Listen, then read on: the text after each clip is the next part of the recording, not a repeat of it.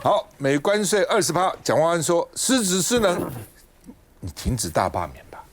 你现在全心全力来应对都来不及了，各行各业怎么样来弥补他们的损失来不及，你还在搞大罢免。他还跟那个新的那个什么代理秘书长何伯文说，你一半时间用救灾，一半时间去搞罢免。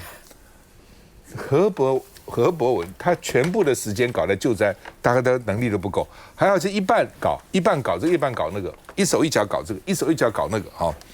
那卢秀燕也喊话说，赶快收心处理国家重大危机，不要再搞这些其他东西了王也洗版，什么暂时性，你还在搞大罢免，就算暂时性，你赶快去应对啊，对不对？你在搞什么呢？那另外呢，王世坚因为说不要搞823大罢免了。柯建铭说：“你以天方夜谭，还要什么送卫生纸叫我走？你敢违背主席的命令，要汲取726的教训，要决战823。”他说：“因为726民进党并没有全党下去，继续这个校军。823决战的时候呢，民进党有背水一战的决心，这是整个党要一起来，不是一个人的问题因为呢，大家有问他。”说呢，柯建铭要不要辞职？而且这个王世坚不是说要送卫生纸给他吗？柯建铭说，全党一起，不是个人问题，这不必问我要不要辞所以呢，既然是整党问题，不是我一个人问题，我辞什么东西啊？我辞什么？我们看一下。下礼拜的中常会，我也是会针对这个部分，提出我的一些建议。我不管是在中常会公开的，或者私下，像赖主席，他也有这个会议完以后，他也针对我提的问题，他也相当程度的了解，他也有对我做的一些讨论。这726我们知名的是真的全党没有下去嘛那国民党是整个党都下去嘛，所以是决战823嘛，那我们已经有背水一战的决心。总会考虑持续不分区这样的选项吗？如果失败的话，这个你就不问我，没有。这个是整党一起来，不是一个人的问题。老沈，整党一起来。是这样讲这个王世坚现在的遭遇，我在20年前同样的，那个时候扁政府全力打我，就是什么？我只是讲说。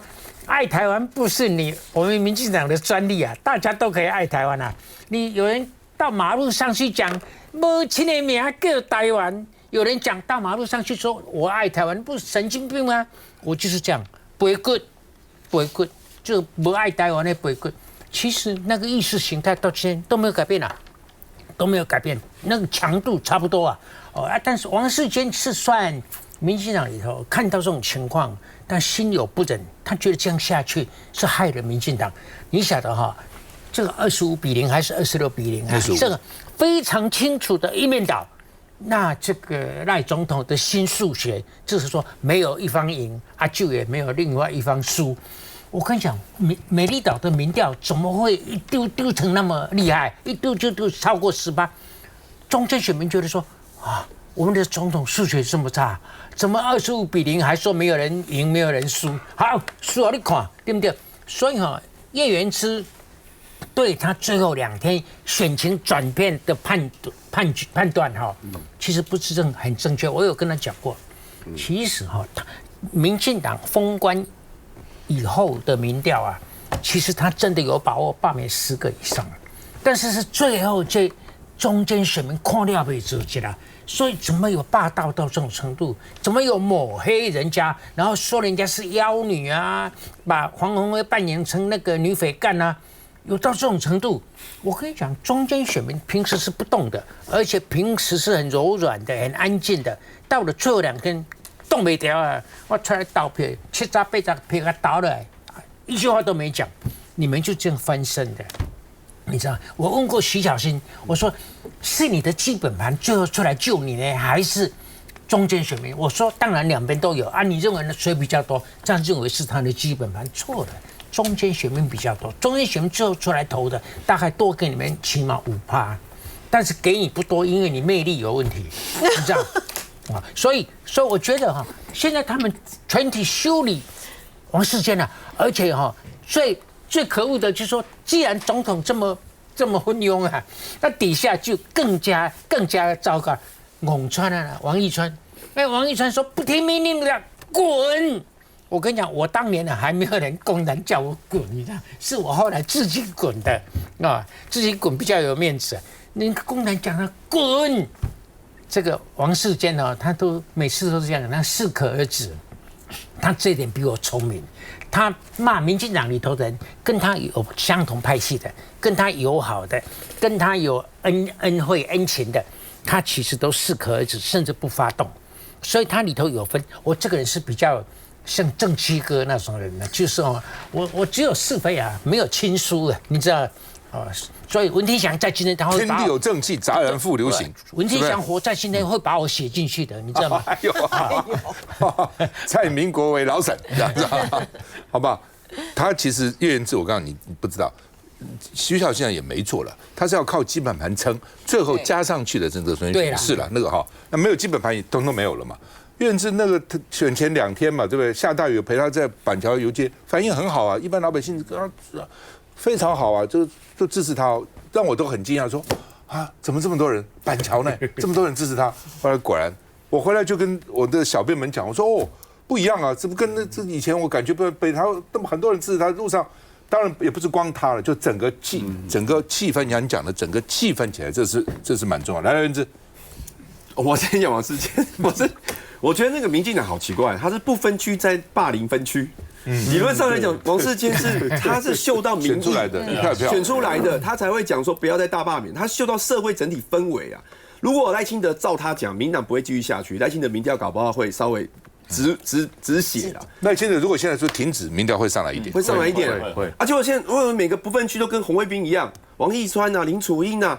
这些都不用选票的，跑出来骂那个王世坚，那我觉得也很难怪是这样。为什么？因为赖清德就喜欢这样的嘛，不分区是他提名的嘛，从沈伯洋啊、柯建明啊、王义川，这都是赖清德喜欢的人啊，所以当然这些人就要护主啊。然后最近也有很多人去骂沈伯洋，认为沈伯洋是最应该负责的人。结果我看到超多人出来帮沈伯洋讲话，都是绿的在帮沈伯洋讲话。为什么？其实很简单，沈伯洋当然骂不得啊，因为骂沈伯洋等于骂赖清德啊。以前的皇帝啊，人家不敢骂皇帝，都说皇帝旁边有小人，要清君侧。骂沈伯洋就是骂赖清德，因为沈伯洋只是帮赖清德执行他的意志而已。所以其实真的整个社会氛围，我觉得不管是什么中间选民或者是基本盘，其实大家都是不满现在政府，就是你正事不干，你一直在搞这个罢免，然后还要继续823要搞下去。所以为什么赖总统啊，他就头洗一半，他也不知道怎么办。823一定要下去，因为这个就是他弄出来的，不然他怎么办？不然怎么办？曹兴诚要跑掉了，他也只好接手啊。然后柯建铭一直讲说啊，这是因为我们没有全党下去，是这样子吗？我觉得全党已经下来蛮多了，不然你要怎么样？至少我那一区你们都全党都下来了，只差赖清德没来而已嘛。那你接下来823是怎样？赖总统现在扫街，然后萧美琴在扫街，然后这个卓荣泰也来过，我们那边罢免我也来过啊，卓荣泰也来过啊，不然你还要怎么样嘛？对啊，所以这个都是借口啦，这都借口，他们没有嗅到这个民心啊，没有嗅到民心，已经不站在他们那一边。然后再来就是，其实大家现在都看得非常清楚。这场大罢免从头到尾就民进党搞的，真的就是他们柯建铭自己就讲过嘛。1月13号大败以后，隔天就找了赖总统，找了卓荣泰，3个人就在思考说怎么把国会把它夺回来，然后就开始酝酿嘛。然后这个青鸟就出现了嘛，公民团体就走在前面，他们一开始躲在后面，后来也不演了嘛，全部都跳出来。你823同样戏嘛，你还要继续吗？台湾人民没有那么好骗啊，好吧？我补充一下，那个礼拜6开票嘛。我礼拜天在节目里头，我就说823就停了，适可而止，因为不要再继续真的丢人现眼，害国家、害党、害自己。那我说是不是可以撤案？因为我法律不太清楚，我说不能撤案的话，就停止活动。那如果这个总统呢，要给这些侧翼啊，给这些青鸟啊面子嘛，就私底下跟他们讲说，考量整体的策略，我觉得我们还是到此为止，你给他们面子嘛。如果说撤案还有什么要罚款，你帮他交，你说他帮他交，我说钱我出啊，你比我有钱，你都没有我慷慨。为了国家这一点算小钱啊，你知道吗？结果你看，大家很少好了，那这个好吧，我就同意你。他们有策案，他没有什么钱，他也不要登记，还要什么钱？对啊，不用钱，他不要钱啊，没有保证金。我跟你讲，跟选举不一样。但是媒体就是登我讲的话登一天，但是王世坚就登很久，因为什么？因为他是党员嘛，他是民进党人，他是中常委，所以呢，大家而且是他在中常会里头发言的而且总统或是党主席没有现场就说我跟你讲，到今天为止，只要赖总统朝对的方向稍微使一下眼色，稍微讲一句话，我跟你讲，老巢啊不会怎么样，就没用了，这些青鸟就不飞了。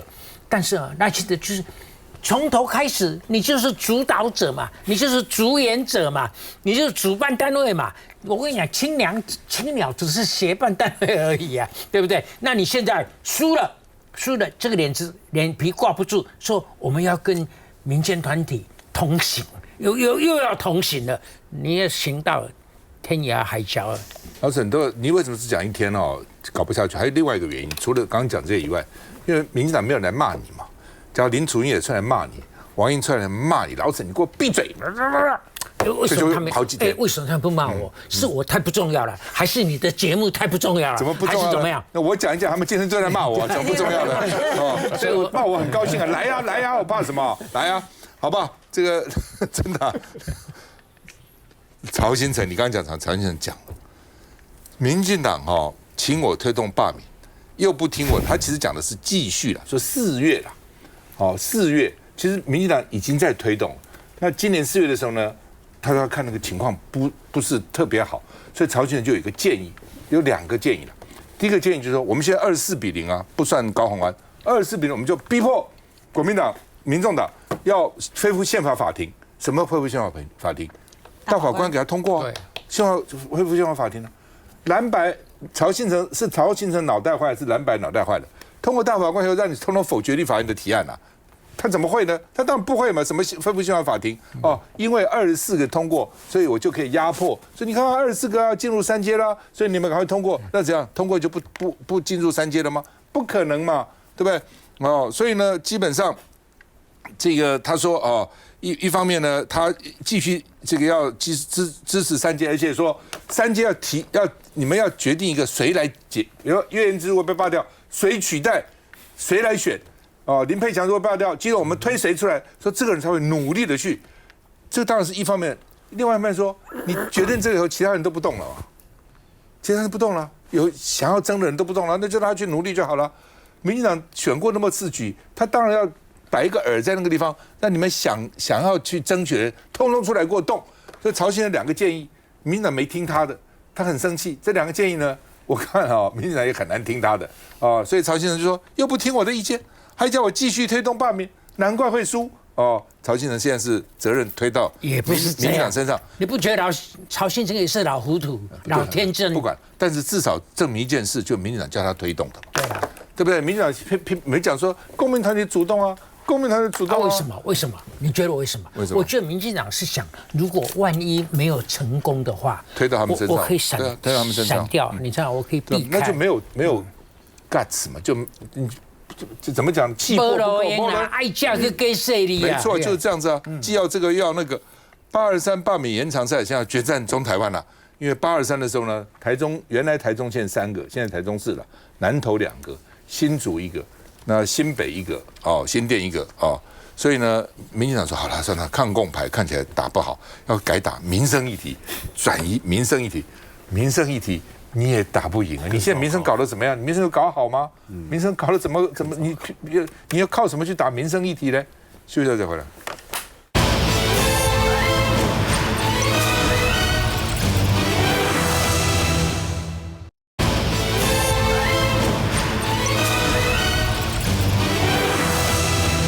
好，民众党说呢，卓荣泰、吴钊燮、柯建铭都有问题要吴钊燮下台而且谴责行政院长卓荣泰所以呢，一共有4个案而且把柯建铭呢移送纪律委员会都很凶的案子那协商没有共识，在院会再战表决了那另外呢，行政院反击说呢，这个是明显侵害行政权那另外呢，这个美国对台湾的关税20%，所以他们提案呢这个谴责卓荣泰啊，民众党团说呢内阁只手遮天，垄断权力啊。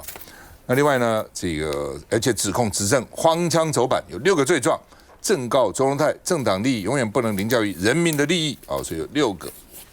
这个包括国会改革啊，你都提出复议啊，而且散布假消息啊，然后呢，这个再生能源啊，到底什么时候能达标？哦 ，NCC 组织法修正哦，主委闲缺常内呢，反正6大罪状了，这是民众党说的了哈。那么另外呢，这个说呢 ，NCC 委员提出来了，昨天名单提出来了，说你看哦，这个原来要他们想要提名当主委的这个叫什么蒋荣光哈，114年5月资料就送来了，他们就说现在都7月底啦，哦，显然压了2个月啊，所以呢，因为呢大罢免，本来你们想大罢免大成功，立法院呢民进党这个国民党人少啦，对不对？然后呢加起来对不对人少啦，所以呢民进党的人多啦，所以那个时候才送吗？哦，是这个意思吗？所以压，那现在压不下去啦，大罢免大失败啦，这是送出来吧？哦，所以呢这个压了2个月哈。所以，那他们这个政府说呢，我不知道什么时候确认的哦，等等啊，我们看一下。我们有提啊，我们在程序委员会被挡住了，我们有提，我再一次强调。大罢免后的朝野协商，为了柯总召绿白双输开战。柯总召，男子汉嘛，大丈夫啊，敢做敢当，你做了就承担。那就 OK。民进党团总召柯建铭之前拐杖喷飞，打伤蓝立委徐巧芯。大罢免后，民众党火速开协商，要把柯总召送纪律委员会，最重停权3个月到半年。绿营表决恐怕只剩50席。7月11、7月18在院会没有被处理，你不要走啊！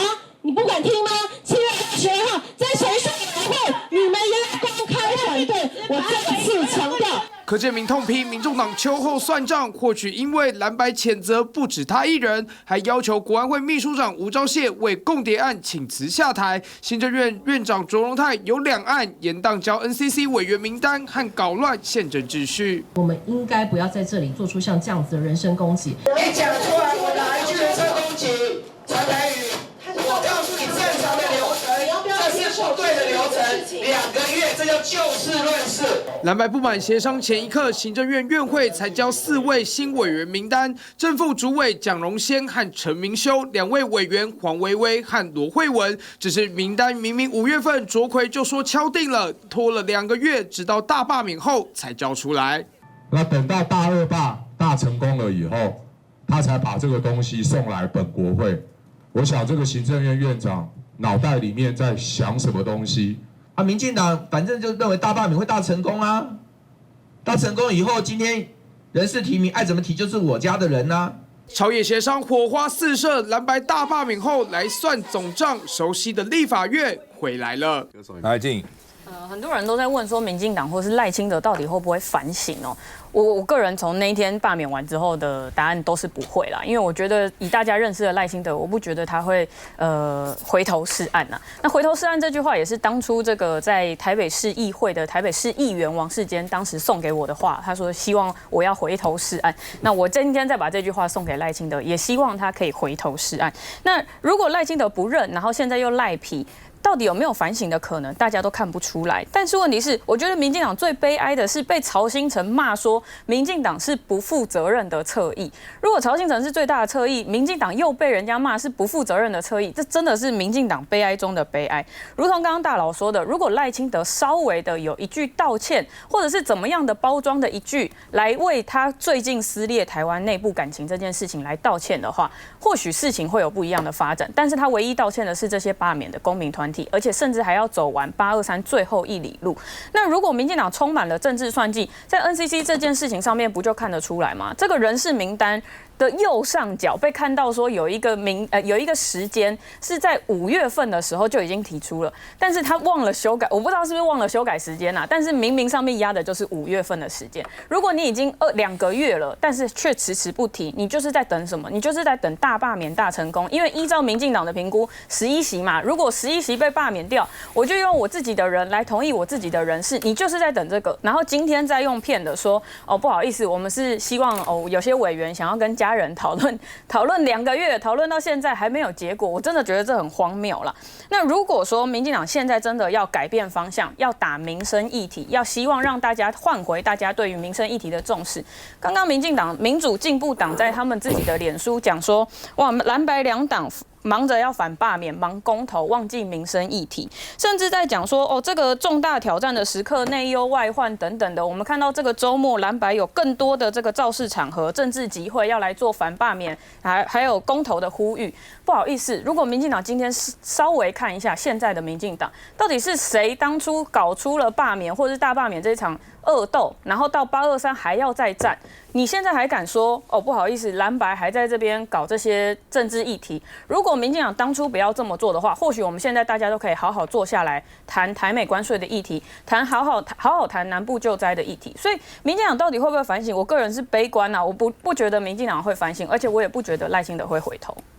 所以在7月26号大罢免失败之后，我觉得其实那个时候是朝野和解的最好机会。只要赖清德总统，包括了卓荣泰院长等等，能够谦卑一点，向社会大众来道歉认错，并且撤回8月23号的7个罢免案，我觉得朝野对立以及社会撕裂都能够得到很大幅度的缓解。但可惜的是，到今天，民进党里面只有王世坚委员一个人有想要跟在野党和解的打算，其他人完全没有。要知道这一次的大罢免活动，我个人觉得真的是一个非常大的笑话。为什么？因为民进党唯一一位在一开始反对大罢免的高层林右昌，居然是现在唯一请辞负责的人啊！只有他请辞负责啊！其他那些在鼓吹大罢免的，包括柯建铭、包括王义川、包括沈摩洋委员，有哪一个觉得大罢免是错的、需要改进的？没有。柯建铭总知道在干嘛？他跑去给大罢免大成功注册商标啊！大家打这么激烈，跑去注册商标，不晓得为什么。然后沈伯洋委员则是说，大罢免大失败，他会先来负责来承担啊。他怎么负责？他负责到跑去网上呛民进党大佬林卓水啊，叫林卓水为一句沈伯洋极端的疑神疑鬼的评论出来说清楚讲明白。王义川委员更天才啊，刚元之讲了，跑去呛王世坚委员啊，要他不服从命令就滚啊！我天啊，滚去哪？王世坚委员是区域立委，要滚去哪？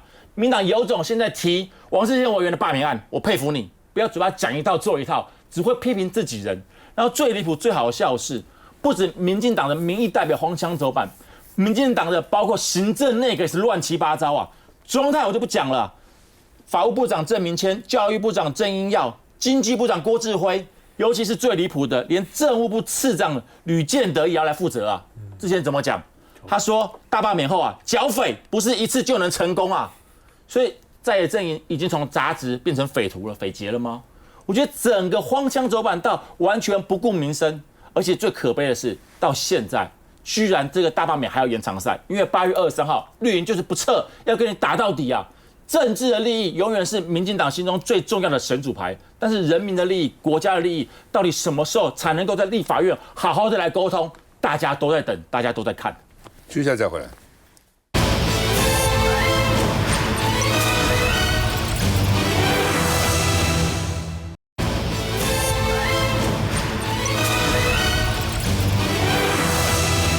好，那么因为在野说你这个人事啊，民进党里面有人喊呐，人事要调整。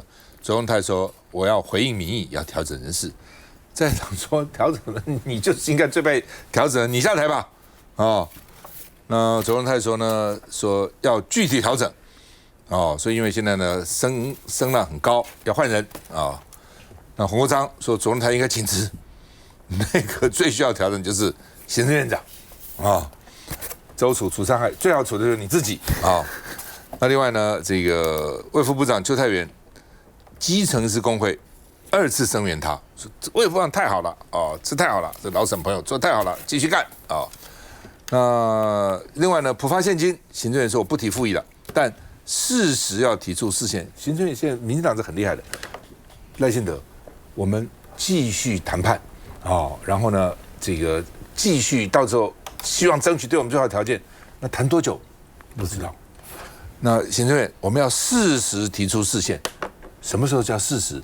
什么是合适的时间？不知道啊。那是823这个第二次罢免以后吗？不知道，不告诉你啊。那袁龙因为他做民调了，说最近的民调绿营已经流失140万的支持者。他说呢，有人当然是民进党这些高层，好像大罢免、大失败没发生过，事无春梦了无痕啊，没发生过。看一下。行政院长卓荣泰7月31号在院会上才提到，政府的人事必须要有效回应民意的调整，这是否意味内阁将改组呢？任内屡次引发政治战火的卫福部长邱泰源遭到点名，不过他日前强调自己任内努力有目共睹。而当天国内11大基层医师团体发表力挺，没想到仅隔2天，11大基层医师团体再次发表力挺声明，细数邱泰源的努力，强调医界愿意团结支持邱泰源的领导。不过，医界盛传赖总统主意由成大医学院院长沈延胜接任下一任卫福部长，而他目前也是健康讨论委员会的成员之一。不过对此，他本人则是强调没有这件事情。好吧，卓荣泰该不该下台？然后呢，邱泰源该不该下台？我也就是要讲这2个人。卓荣泰是这样，因为从总统以次敢做这种伤天害理、无法无天的这个无差别性的这个全部罢免、大罢免啊，败成这个样子，25-0、26-0，败成这个样子，我已经讲过好几次，这是一种变形的解散国会嘛。那唯一的差别，第一点就是说只罢我的对手，我自己党的都不用罢哈。第一点，还有第二点，输了以后照讲，你敢解散国会的话，你输了以后，阁揆的命运、首相的命运都在里头啊。所以光是这样讲，你卓荣泰你问心有愧啊！你输成这个样子，虽然你在这3个、4个这个元凶里头，你不是重要的角色，你是应该要辞的。但是呢，我们的制度是这样，你奈他无可奈何。为什么？他要不要下来？我觉得他会下来哦。为什么？他不下来的话，是因为赖总统觉得他下来比不下来更糟糕，或者是他找不到替代的人，没有比他更好。我觉得现在卓荣泰做不下去的，我觉得不是大罢免啊，是那个水灾没救啊，那个烂摊子还摆在里头，摆在那边，每天都当作样本，当作我施政无能的样本啊，对不对？所以卓荣泰怎么做得下去？我觉得卓荣泰会把那个发1万块的送去那个市县我觉得他是会下来，因为他晓得现在的市县没完没了，大法官人数不够，那反正我下来就没事了，我拖过去。不过我还没有讲邱泰源。好，邱泰源啊，我告诉你，我的观察，所有医界出身的人，最后当了这个医界政府的最高首长啊，通常就回头就不照顾医界了，因为他要保官，他要照顾的是不同的方向，所以他大概一般来讲都背叛意见。但是为什么现在这个基层2度去挺他说，哎呀，他不错，这怎么呢？民主政治就是说，我们要彼此把人情放给对方。你在多难的时候，我挺你2次，不是1次你将来没事的话我的利益，你作为卫福部长是不是要照顾一下？民主政治是这一点很糟糕。记得我对你有恩哦。来，队长。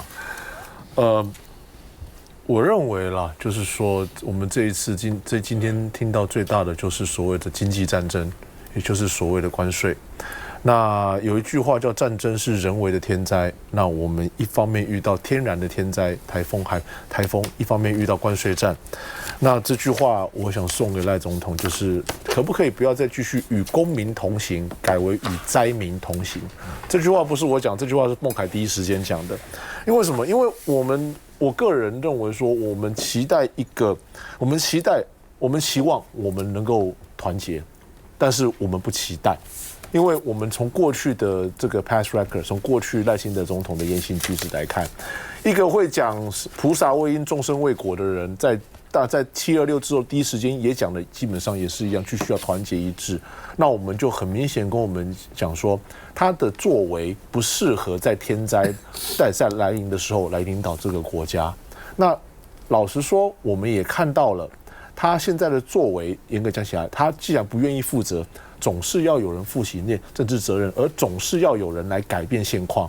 所以我们会强力要求内阁必须要换人。而内阁换人的话，严格讲起来，第一个，我们需要一个内阁帮我们能够经过现在的劫难，不管是台风也好，还是现代关税战也好，甚至未来的有关这个医疗能量不足啦、经济危机啊、老龄化之类的。而过去的不作为，在过去1年半之间的不作为，在过去1年半之间的差劲，总是要有人负起政治责任。我们常比较，老实讲，当然我是可能把赖总统跟另外一个我们认为表现的在这次关税战里面合格的领导人，我指的不是李在明，我指的是黄训才。黄训才，新加坡总理在第一时间就跳出来讲说，我们就可能有点像罗斯福当初遇到状况的时候，小罗斯福美国总统遇到状况的时候做这个炉边夜话，说我们现在真的有苦日子要过了，不过我们大家团结在一起，我们该做什么我们就做什么。第一时间，可是赖总统出来是什么？一切都是国家机密 ，everything is classified。他选择性的隐瞒所有人民我们想要知道的资讯，跟黄训才两个比较起来是极端的一个存在。第二个，黄训才他是以一个强势多数党的身份，然后能够在领导新加坡，但是还是选择去跟其他人去和谐共生，因为他知道新加坡是个真正的小国家。他们如果不团结的话，他们在这次的这个关税海啸里面，他们会死无葬身之地。而我们台湾呢，我们现在都做什么？做大罢免，然后我们办一个国安会议，居然是全部人听总统讲课，然后最后面不办了之后，就跟国安会议没有事了。国安会议到底讲的是什么？现在可以跟我们讲清楚了吧？当初国安会议吵得沸沸扬扬，需要民众党主席跟国民党主席，然后差一点也都去了，最后面觉得这实在不像话，不去。但是现在国安会议，现在关税也出来，可以跟我们讲国安会议里面内容是什么了吗？这一切的一切，让我们知道说，如果我们不能检讨总统，那至少内阁要负起政治责任呢？为什么不负起政治责任？不管是卓荣泰也好，还是郭志辉也好，还是所有不适任的内阁员也好，他们的存在就是在打脸我们自己民主的成就，因为我们是看到这些不符合我们人民需求，这个不符合我们人民智慧的人继续在当高官的时候，这是对我们民主政治最大的侮辱。好，那这个释宪还是要复议，那个普发先机我们看一下。明天总统依法会公布立法院所修正通过的这个特别条例，行政院仍然坚持认为它有宪法上的瑕疵。压线拍板，全民普发1万元。行政院长卓荣泰在复议的 deadline 决定把争议交由司法机关来处理。适当的时间要提出释宪朝野沟通的方式，以及人事上必须要做更多明显、具体、有效回应民意的调整。这回卓荣泰不是副议院长，将对普发1万元提出释宪，而发言人转述话讲得更白。总统明天会公告，那我们也不会提出复议，在普发性的这个部分，会在适时的时候提出释宪。只是政院口中的普发1万是违宪，无效的一个拖延而已。因为按照现在的宪诉法，那么即便他是去提出释宪，那大法官也没有办法来做释宪。只要让这个特别条例上路的话，在今年10月底之前，应该就可以拿到普发1万元。普发1万被认为是影响大罢免投票结果之一，对总统、院长满意度似乎也有影响。根据美丽岛电子报民调，卓院长民调受挫，满意度不到30%，不满意度超过50%，刷新过去纪录。而赖总统执政表现，满意度雪崩下滑10个百分点，仅剩34.6%，创下新低。不满意度也是上任来新高，也无视于民意的这个要求，大罢免已经失败，他跟人民还是对着干的。因为民众关心的是普发1万能否落袋。杨乃金，他现在这个很麻烦哈，我觉得为什么会有一个政府不好好做事，不应对我们当前面临到的这么多的问题，他就是想到的就是要报复蓝白，不服输，你就是跟全民作对嘛？怎么会有这样子的一个政府呢？你通过了啊，还税于民这1万块，他说。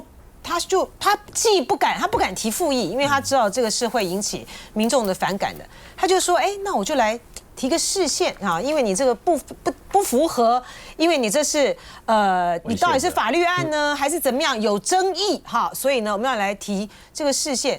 所以他现在采取的做法，很可能他就是不提预算。你不提预算的话，那这个钱就发不出来嘛哈。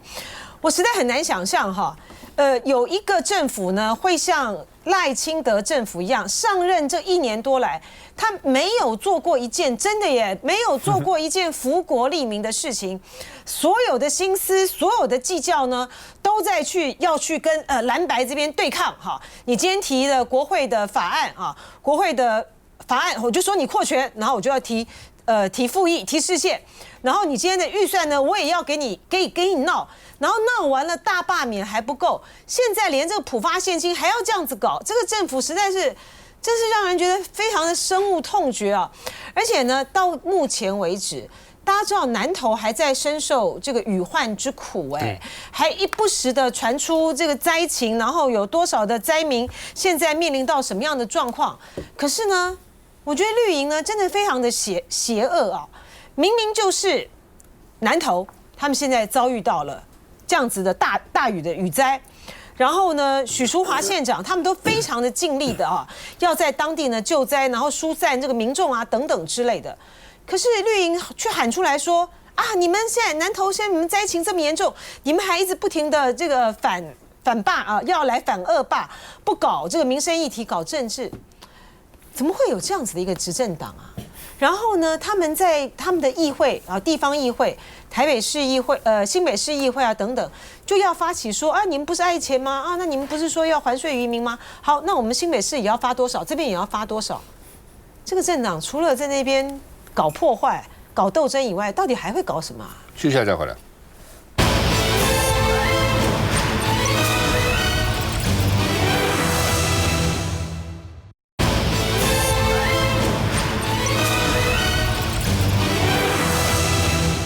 好，今天台北地方法院开庭啊，黄礼群台北市党部主委呢，原来不认罪，现在认罪了，为什么？就赶快出来吧，在里面已经关了97天了，还继续关吗？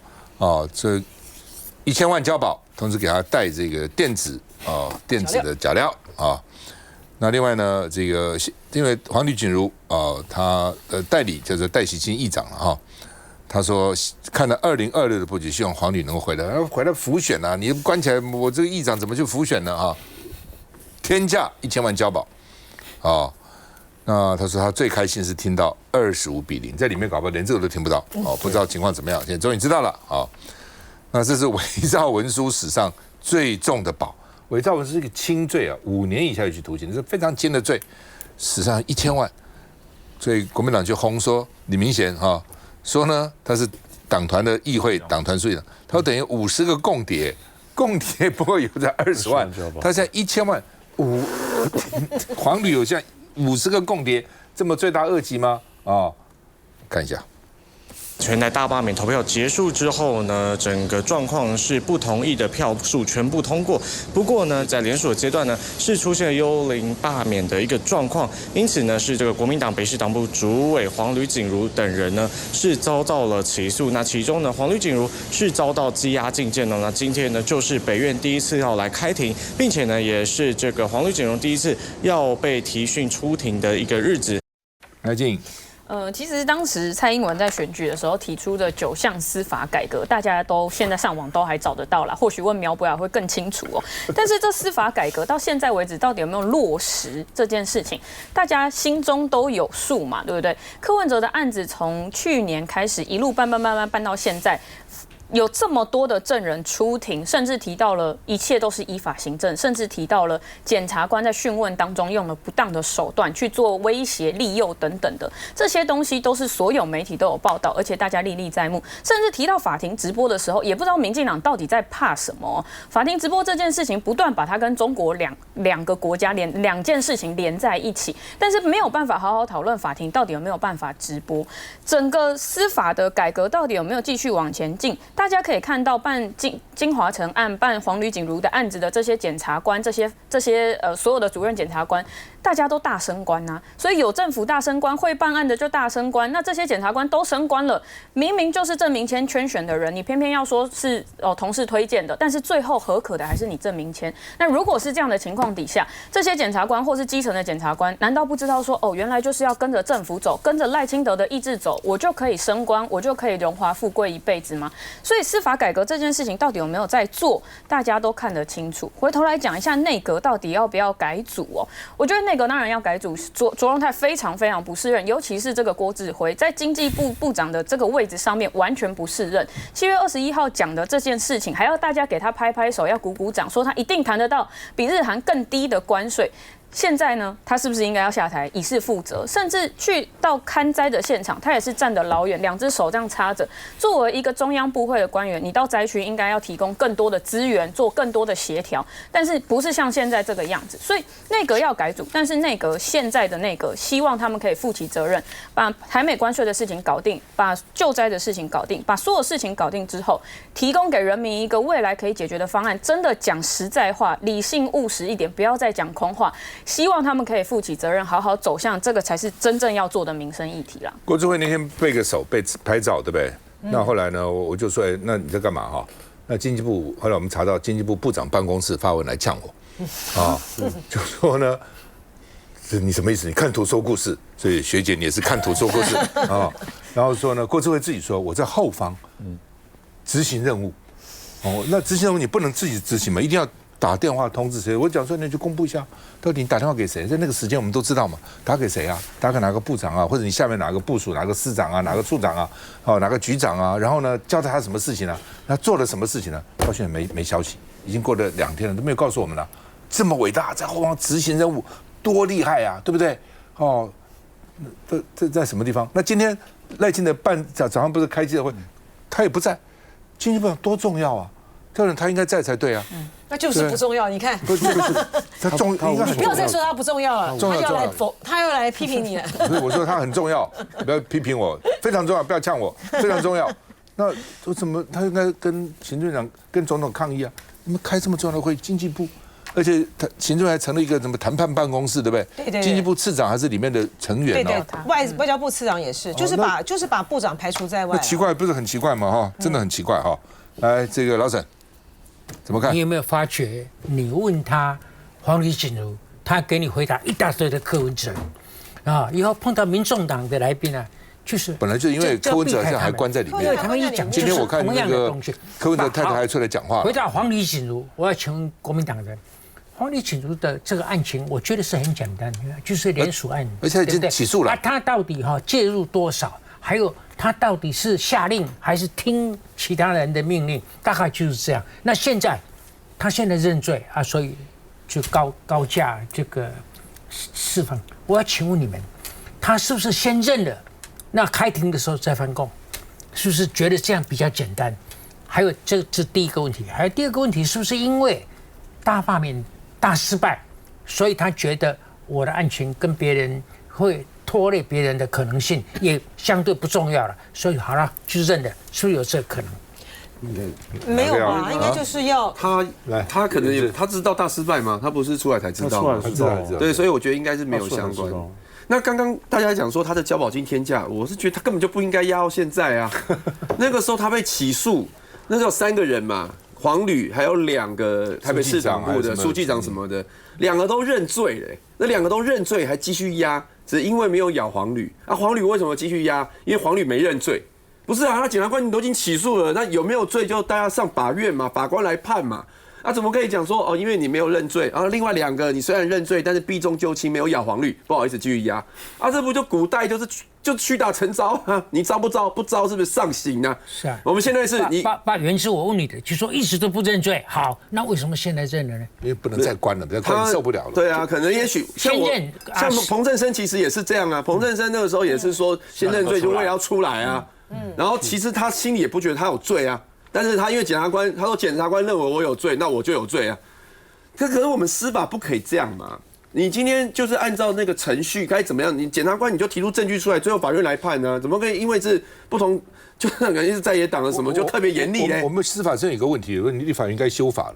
检察官只要你不认罪，就把你押起来。